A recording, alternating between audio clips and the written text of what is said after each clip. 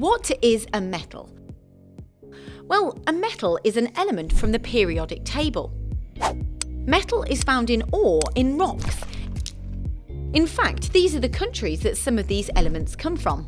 Interesting? Yes, but these elements alone aren't always strong enough or useful enough on their own or have the properties that you are looking for.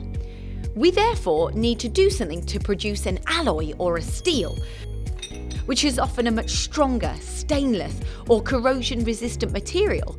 Steels and alloys are made by blending metallic and non-metallic elements. Let me explain this process to you.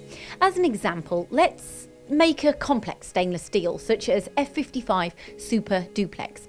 It's like a recipe where controlling the ingredients is crucial to the end product, but the preparation and cooking process is just as vital too, just like baking your favourite cake. So we take those elements that we were talking about earlier and then we add a few more, and these become your list of ingredients.